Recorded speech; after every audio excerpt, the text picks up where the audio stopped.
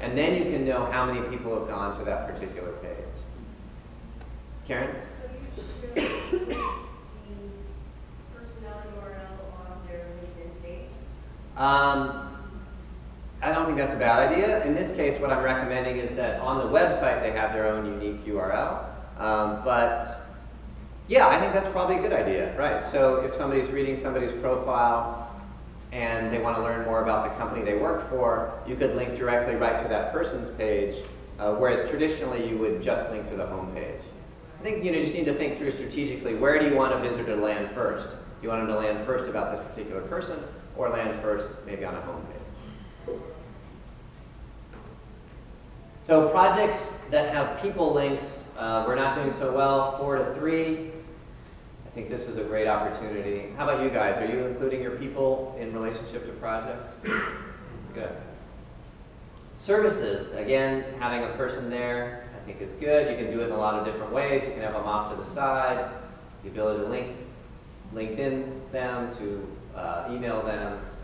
But I just think this idea of having an ambassador, and let's say you're a smaller firm, or one of the other things I get is like, we're not organized that way. We don't have a particular person within our organizational chart that is like the head of water in this case. And if you're a smaller firm, you're not going to have that as well. Here's what you do, is you just identify somebody, and if you don't have a technical lead, identify the head marketing person, and put them for every single market or every single service. Just having somebody there that they can contact that's a real person, I think the worst thing you can do is get them to a form and have them fill out a form and not even know where that form goes. But having like a, people hire people and people hire people that they like and know, right? So put people out there and make them available so that you can contact them.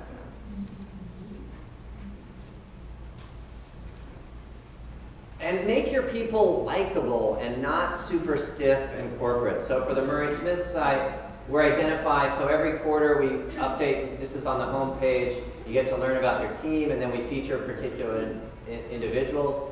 And Michelle is a human jukebox using her memory for master planning.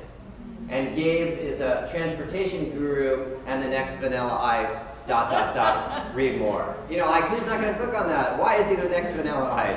What's the story? And, shoot people in a way, when I say shoot, I mean photograph. They're laying down and someone has their eyes open. But yeah, like, show off the personality. Like, I mean, how charming is this? Where, she's cracking up and she's holding this flashlight and, they're holding these tools, and it's just an image you're not used to seeing. It's a unique perspective. And it just shows the humanity. And, we want to hire people that, we're going to be working on a project with somebody for 18, 24, 36 months. We got to kind of like them, It just makes the project so much better and smoother, so show them off. That's for Murray Smith. And Erin Riddle was our photographer on that project. And she went out to every office and set up these shots and got people to be willing to be vulnerable and show off their human side, and I think that's really fun. So one of the things that people want to get to know the people, or a particular client wants to see, like, how many people work in a particular service division or market sector. And we're doing a terrible job at that. We're not doing that at all. Any of the sites, we're not showing people off. One way you could do it, and this is a site that wasn't included in my study, but if you organize people, so they have 210 people in the firm. Every person is represented on their website. And you can sort the people by role, what their sort of title is, what service line they particularly work in. So let's say you sorted by environmental expertise. Now all of a sudden you know all the people, or you can quantify how many people work in that particular area. And you can click on an individual, or you can organize the people by office. So you met somebody at a networking event, like, God, they had this really great idea and I wanted to follow up with them. And I know they worked out of the Irvine office, so you can find all the people that work in that office.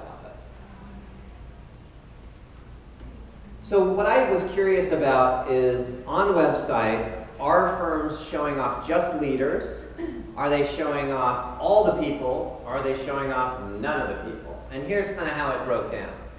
In terms of the two, majority of firms are showing off leaders, just leaders, right? So 17 E&R firms are showing just leaders, and I get that because they're probably like multi-thousand employee firms, and so to show multi-thousand people would be somewhat of a logistical challenge. This is how many firms are showing all people, and then this is how many firms are showing no people. Does that make sense? Yeah, so most people are just showing, well, most E&R firms are just showing leaders. Most progressive firms are showing all people. And in both cases, a couple are showing them. So if you're just showing leaders, I was kind of curious, like how many leaders do you show? The question is always like, how far down the organizational chart do we go? In E&R firms, the average number of all the firms I surveyed was 15, and progressive firms, 21. And when you're showing off people, let's assume you are, do you show just a bio, a written bio? Do you show sort of bullet points? Do you show both, or you just show nothing? Like in some cases, some firms just showed a picture and that was it, or a picture and a title, and that wasn't particularly meaningful. So most people share bios, written bios, when they're showing off their people. A few of them just show bullets. I like the approach of showing both because we've got people, users are scanners and readers. Sometimes you can convert somebody from being a scanner, they're reading bullet points, to becoming a reader if they're intrigued by the particular bullets. And then a pretty good number, I was kind of surprised, didn't show either or any of those things. And then, so this was a unique approach. The question mark means instead of bullet, bio, or both, we did a questionnaire. So we did it sort of like editorial style, like a magazine interview. We identified, let's say we identified 10 questions. The employee actually got to pick the 5 questions that they wanted to answer so that they're at least sort of playing to their strengths. And they answer those questions, and then the marketing manager or the writer edits those and makes sure that they're written well and that they represent the firm. So within this, let's say you organized by environmental analysis, you clicked on somebody. So this is an example of those questions that we asked. And so on the left side was very factual, very sort of businessy. The right side, the employees got to submit their own photos to show off their personal life a little bit. On this page, professional headshot, this page, personal. And then, what is your favorite movie? What's your favorite family recipe? So the cool thing about this is if you met Christina at an event and you know she loved Moulin Rouge, and you love Moulin Rouge, now you've got this connection, at least something to talk about. And that's sort of how relationships start, is you identify common things that you have to talk about, and then it gets going into something maybe more professional. Any questions about showing off your people or what to include? Or yes? Were those stats just leaders, or if you're showing all people? Yeah, in this case it was everybody. Okay. Yeah, but you could also do it with, I've done it also for sites where we just showed the leaders.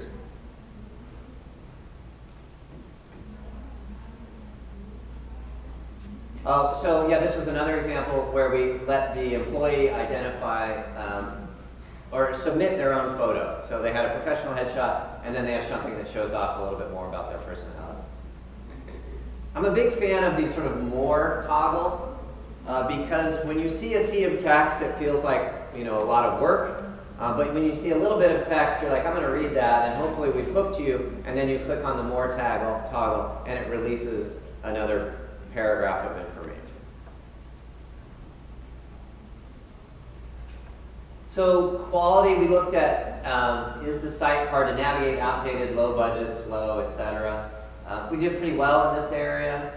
This was only sites that were outdated, low budget, etc. So just 2 of those in E&R, and none of them in progressive. Here are some clues that your site may be outdated. It may be slow to navigate. It may be using old technology. One is it should have been updated to a secure site, which means that there's an S in your URL. It doesn't affect how somebody finds your site if they just put in www, or if they just put in yoursite.com, they can still find it. But it's putting it on a secure server. And Google is starting to recognize this as a cue that let's put it this way, it's ranking pages higher that are living on secure sites. And all you have to do to make this happen is go to your host and tell them that you want to be placed on a secure server, and they can upgrade you to that. It's pretty simple. Of course, we talked about earlier, is your site built on a responsive platform? Most people already indicated that they are. I think that's an indication, and again, that's another area where Google is promoting sites within search that are built on responsive platforms. The other thing is your site built on a content management system? In the old days, it was a web, we called them the webmaster, who had total control over the site. Now we're democratizing that. We're putting you all in control of your own sites.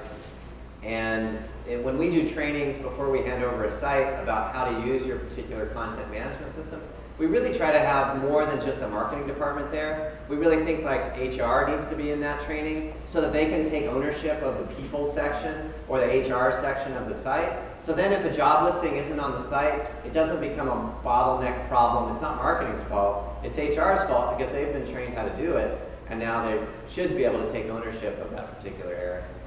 So this is the kind of modern way content management systems are starting to look. This is a site we designed for the Orange County chapter on a WordPress platform using a front-end manager. So if you're familiar with WordPress, typically you would edit the site in the back end. You're probably familiar with that user interface. And that still exists, but it's really much more elegant, especially for somebody new to the process, to be able to be logged into their site via WordPress and edit the site in a what you see is what you get type of environment. So you click on this particular date, and you can edit that date on the front end rather than having to go in the back end. And it's just a nice way for somebody who's not totally up to speed or super WordPress savvy to be able to update their site. Of course, great photography, great user interface. A site we did for a residential architecture firm in Los Angeles is a first clue about is your site up to date technologically and so forth. So you want to make a strong first impression. And then of course the contact section is, can you reach an actual person? I sort of said don't just have a contact form, but let people, and so this is how we're doing there in terms of having real people in the contact section. So you can still have forms, but I think it's also nice, so if you go to Array Architects, you can reach Jennifer with her information, or you can fill out a form and ask your specific question. Here we did it by office. If you click on, say, the Vancouver office, you can learn more about the office, where it's located, some interesting facts. We're kind of promoting the office to potential employees. And then you've got somebody you can contact there, not just a form. Arep's site, here we organized, so if you go into, I think this is organized by office. No, sorry, you're going by experience, and then by market. And then you learn about their particular market with beautiful, amazing superhero project. And then they've got that little guy, as you saw, I clicked on that, and now I can get in touch with Raj, who's the lead for that particular sector.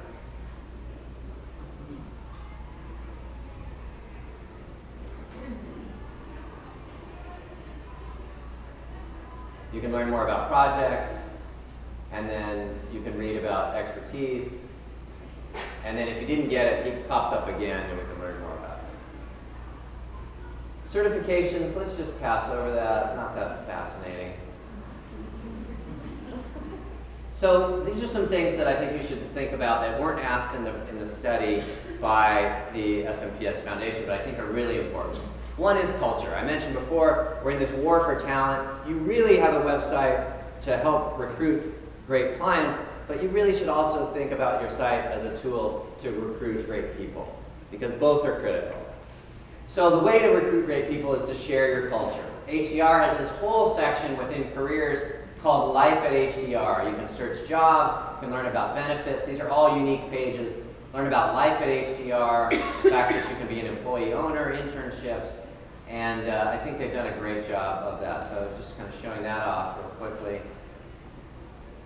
Great photos, makes it seem like a fun place to work.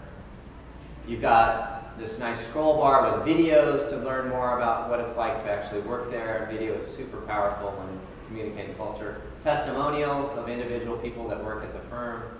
And then tweets that have that hashtag life at HDR. So they have a dedicated hashtag all about culture that they use that people can search. Really nice. Cellen has a really beautiful website, and they've got an entire sort of culture and this great people section where they show off, for 2017, they did this whole report about all the great things that happened, and they just do a really good job of showing their people.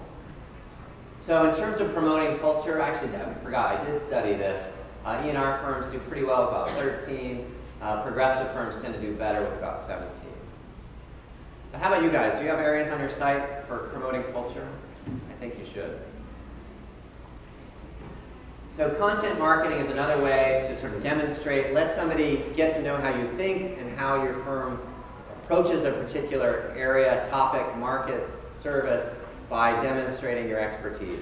The big problem I see is a lot of firms have sites that have what they call a blog, and I would not term it as a true blog. Really, it's a news.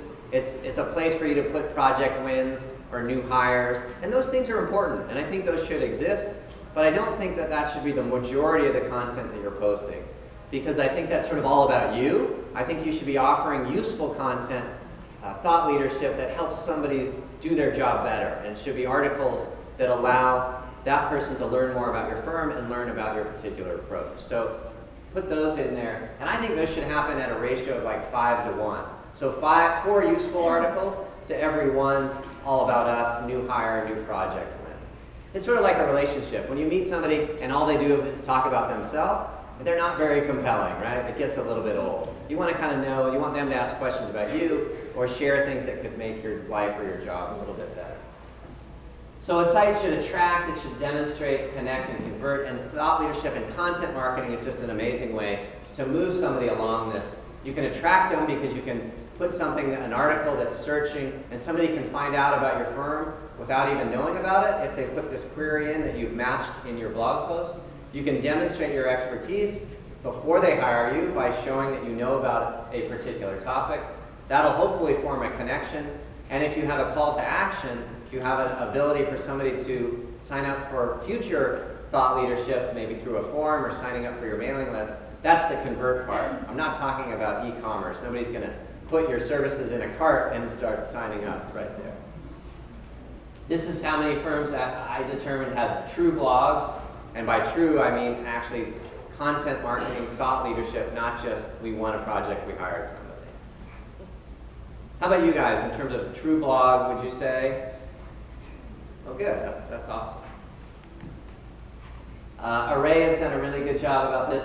So you're reading their articles, this is the call to action, you want to learn more, and then you can determine how frequently you want to hear from them, which I think is a nice feature. I want to get stuff from you weekly or monthly.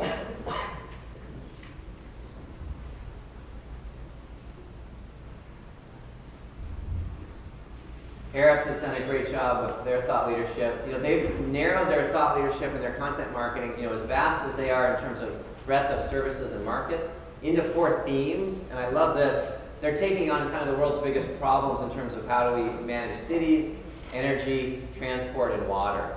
And so their thought leadership is organized around those 4 themes. Gensler has done the same thing, again, very diverse firm, but they've organized it into cities, lifestyle, work, and design forecasts. And as you get to go deeper, and if you learn about a particular person, Lauren is their director of strategy, you can read the articles that she's written. I think that's a really nice feature.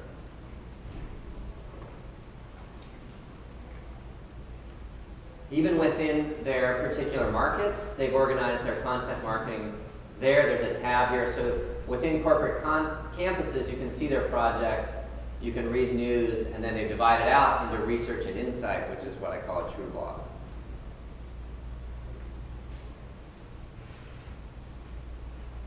So, a little subtle promotion.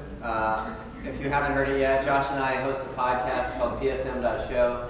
We talk about all this stuff. And I just want to thank you guys for coming. We're right at 10:30. If you have individual questions, come up and ask me.